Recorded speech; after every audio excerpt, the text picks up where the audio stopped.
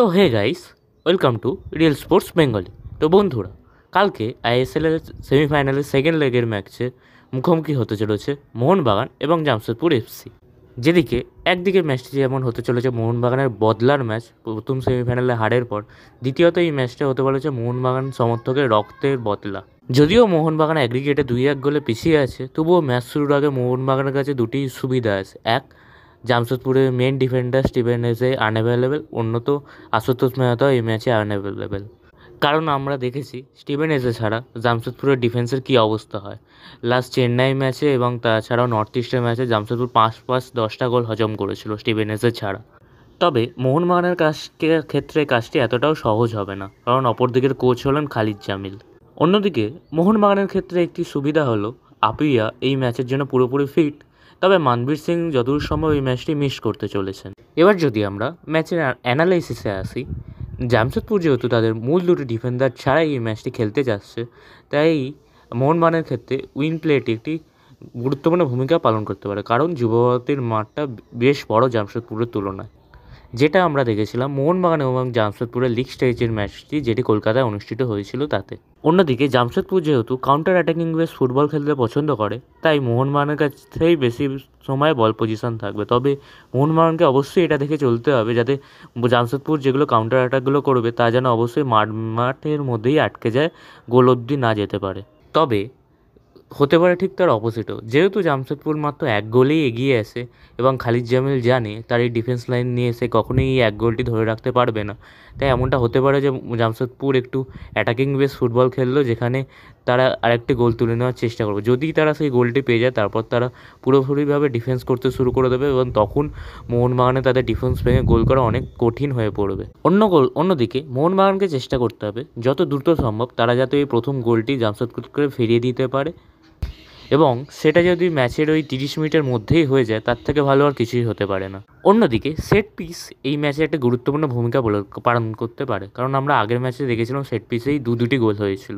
তবে এই ম্যাচে সেট পিস মোহনবাগানের ক্ষেত্রেই বেশি গুরুত্বপূর্ণ হতে পারে, কারণ অন্যদিকে জামশেদপুরের ক্ষেত্রে সেট পিস মূলত স্টিভেন এজেকের উপর নির্ভর করেই হতো, কিন্তু স্টিভেন এজে যেহেতু এই ম্যাচে অ্যাভেলেবেল নেই, তাই জামশেদপুরের ক্ষেত্রে সেট পিসটা অতটাও কার্যকর নাও হতে পারে।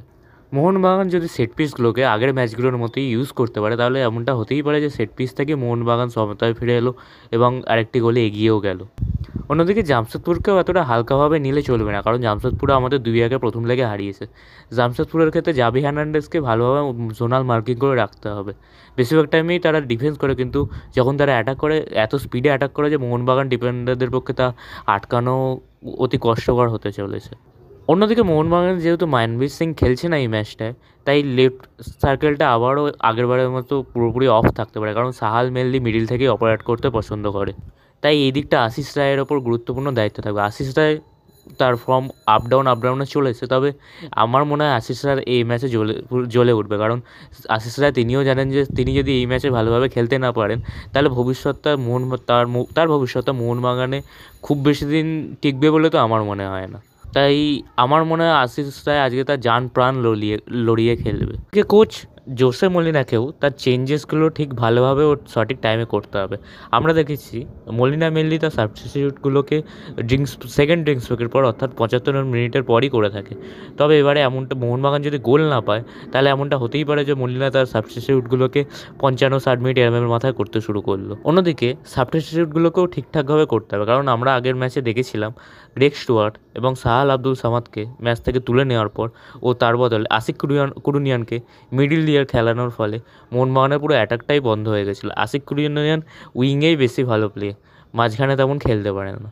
এদিকেও মলিনাকে লক্ষ্য রাখতে হবে, এবং মোহনবাগান প্লেয়ারদের সবথেকে বেশি এই জিনিসটায় লক্ষ্য রাখতে হবে যাতে তারা এই ম্যাচটি 90 মিনিটের মধ্যেই শেষ করতে পারে, কারণ 90 মিনিটের পর যদি ম্যাচটি পেনাল্টি শ্যুট আউটে যায়, জানি আমাদের কাছে ভারতের এই মুহূর্তের অন্যতম শ্রেষ্ঠ গোলকিপার আছে, তবে পেনাল্টি শ্যুট আউট সবসময় 50-50 থাকে। আর আমাদের ভুলে গেলে চলবে না, অপরদিকেও আছে অ্যালভিনো গোমস, যে যতদূর সম্ভব আইএসএলের হিস্ট্রিতে সবথেকে বেশি পেনাল্টি সেভ করেছে। তাই যদি ম্যাচটি পেনাল্টিতে যায়, তাহলে এই ক্ষেত্রে মোহনবাগান ও জামশেদপুর যে কোনোর মধ্যে যে কেউ ফাইনালে চলে যেতে পারে পেনাল্টি শ্যুট আউট জিতে, তখন কেউই পুরোটাই প্রেডিক্ট করা ভুল হয়ে যাবে। আর এই পেনাল্টি শ্যুট আউট নিয়ে জেতাটা তো আমরা আমরা জিতেও লাস্টে ডুরান্ড কাপটা যেমন হেরেছিলাম, এমনটা না হয় যে আমরা এখানেও হেরে যাই। অন্যদিকে আমার মতে মোহনবাগানের ডিফেন্সকে জামশেদপুরের যে অ্যাটাকারদের মধ্যে যাদের ওপর সবথেকে বেশি নজর দেওয়া উচিত তারা হলো মোহাম্মদ সানান এবং ইমরান খান। জামশেদপুরের কোচ এটা চেষ্টা করতে পারে যে তারা তাদের স্পিড ইউজ করে মোহনবাগানের ডিফেন্সকে ভেদ করে একটা ভালো ক্রস তোলে, এবং সেরা যদি ক্রস তুলতে পারে তাহলে জানি ওদের কাছে কত ভালো ভালো স্ট্রাইকার আছে, যেমন জাভিয়ার সিবেরিও, টোরো, জর্ডেন মারে। অন্যদিকে জামশেদপুরের হয়ে প্রণয় হালদার আগের ম্যাচে প্রায় একটা পাঁচিল হয়েই মোহনবাগানের সামনে দাঁড়িয়েছিল, তবে এ ম্যাচে সেটা নাও হতে পারে, কারণ আগের ম্যাচে তার সহপাঠী হিসাবে ছিল স্টিভেন এসে, আশুতোষ মেহতা এরা, কিন্তু এই ম্যাচে তার সহপাঠী হিসাবে থাকতে পারে সিসকোভিচ এবং নিখিল বাল্লা। তার ফলে এটা হতেই পারে যে এবারে জামশেদপুর ঠিক সেভাবে ভাবে ডিফেন্স নাও করতে পারে। তাই মোহনবাগানের অ্যাটাকারদের চেষ্টা করতে হবে যে তারা যাতে ওই সহজেই ডিফেন্সটাকে ভেদ করে গোলটা করতে পারে। তবে আমার মনে হয় যে এই ম্যাচে সাহাল আব্দুল সামাদ অথবা আনিরুদ্ধ থাপার ভূমিকাটা একটি গুরুত্বপূর্ণ হতে চলেছে, কারণ যদি ম্যাকলারেন বা স্টুয়ার্ট এরা যদি একেবারে অ্যাটাক করতে যায় তাহলে মাঝখানে যে স্পেসটা ক্রিয়েট হবে এখান থেকে আনিরুদ্ধ থাপা, সাহাল আব্দুল সামাদ এরা বলটা নিয়ে দূর থেকে শট নিয়ে গোল করতে পারে, আর থাপার কাছে এই টেন্ডেন্সিটা আমরা আগেও দেখেছি। তো এবার যদি আমরা ম্যাচের প্রিভিউ নিয়ে আলোচনা করি তো মোহনবাগানের ক্ষেত্রে বেশি পরিবর্তন হওয়ার খুব একটি সম্ভাবনা দেখা যাচ্ছে না। অবশ্যই গোলের তলায় থাকতে চলেছে এই মুহূর্তে ভারতের সবথেকে শ্রেষ্ঠ গোলকিপার বিশাল ক্যাত, দুটো সেন্টার ব্যাক হিসাবে অ্যালবার্তো রড্রিগেজ এবং টম অ্যালড্রেট, লেফট ব্যাক হিসাবে সুভাশিস বোস, রাইট ব্যাক হিসাবে আমি আশিস রায়কেই রাখছি, কারণ দিব্যেন্দু জানি নো ডাউট একটি ভালো প্লেয়ার, তবে সেমিফাইনালের মতো স্টেজে সেটা একটু বড়ই কঠিন হয়ে পড়তে পারে। এবং তার সামনে দুটি সেন্টার মিডফিল্ডার হিসাবে আপুইয়া এবং আরুণিত থাপা, অথবা দীপক টাংরিও খেলতে পারে, অথবা সাবস্টিটিউট হিসাবেও আসতে পারে। অ্যাটাকিং মিডিও রূপে জেসন কামিংস, রাইট উইঙ্গার হিসাবে লিস্টন কোলাসো, লেফট উইঙ্গার হিসাবে সাহাল আব্দুল সামাদ, তবে মূলত সাহাল আব্দুল সামাদ মিডিল থেকে খেলতেই পছন্দ করবে এবং জেসন কামিংস লেফট উইং হিসাবে খেলবে হয়তো, এবং স্ট্রাইকার হিসাবে জেমি ম্যাকলারেন। এখানে জেমি ম্যাকলারেন যদিও এই যেসব টিমগুলো একটু বেশি ডিফেন্স করতে পছন্দ করে, বেশি স্পেস দেয় না, তাদের সামনে অতটা সচল হয় না, তবে এই ম্যাচে এটা জেমি ম্যাকলারেন হয়তো ভালোই খেলবে। এবং সাবস্টিটিউট হিসাবে আসতে পারে ডিমি পেত্রাদোস এবং গ্রেগ স্টুয়ার্ট। আমি এখানে গ্রেগ স্টুয়ার্টকে মেন টিমে রাখলাম না, কারণ আমরা রিসেন্ট টাইমে দেখতে পাচ্ছি যে গ্রেগ স্টুয়ার্টের ফর্ম অনেকটাই ডিপ করেছে আগের তুলনায়। মোহনবাগান যদি প্রথম গোলটা তুলতে অনেকটাই দেরি করে ফেলে সেক্ষেত্রে এমনটা হতে পারে যে ম্যাচের শেষের দিকে মলিনা একজন ডিফেন্ডার অর্থাৎ টম অলরেডকে তুলে নিয়ে দিব্যেন্দু বিশ্বাসকে খেলালো এবং অ্যাটাকিংকে তিনটে স্ট্রাইকার হিসাবে খেলাতে পারে। তবে যদি স্কোরটা 1-0 থাকে বা 2-1 থাকে সেক্ষেত্রে মলিনা কখনোই তিনটে স্ট্রাইকারে খেলাতে যাবে বলে আমার তো মনে হয় না, তখন ম্যাচটি পেনাল্টি শ্যুট আউটের দিকে যাওয়ার চান্সটাই বেশি থাকবে। অন্যদিকে আমরা যদি জামশেদপুরকে প্লেইং 11-এর দিকে নজর রাখি তাহলে জামশেদপুরের গোলকিপার হিসাবে অবশ্যই থাকবে আলবিনো গোমস, সেন্টার ব্যাক হিসাবে সিসকোভিচ এবং প্রণয় হালদার, রাইট ব্যাক হিসাবে নিখিল বাল্লা এবং লেগ ব্যাক হিসাবে মোহাম্মদ উবেশ।